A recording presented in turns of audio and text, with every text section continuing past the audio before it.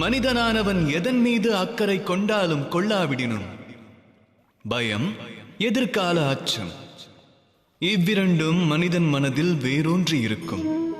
அதன் தாக்கம் மனிதரில் அதிகமாய் காணப்படும். விசித்திரம் அல்லவா? அறியாத புரியாத ஒன்றை பற்றி பயம் கொள்வது வாழ்வில் என்ன நேருமோ என்கிற அச்சம் தானாக உருவாகிறது. வருங்காலம் என்பது இதுவரை சம்பவிக்காத ஒன்று. ஆக நிகழாத ஒன்றை பற்றி ஏன் கவலை கொள்ள வேண்டும்? தம்மிடம் இன்று உள்ளது நிகழ்காலம்.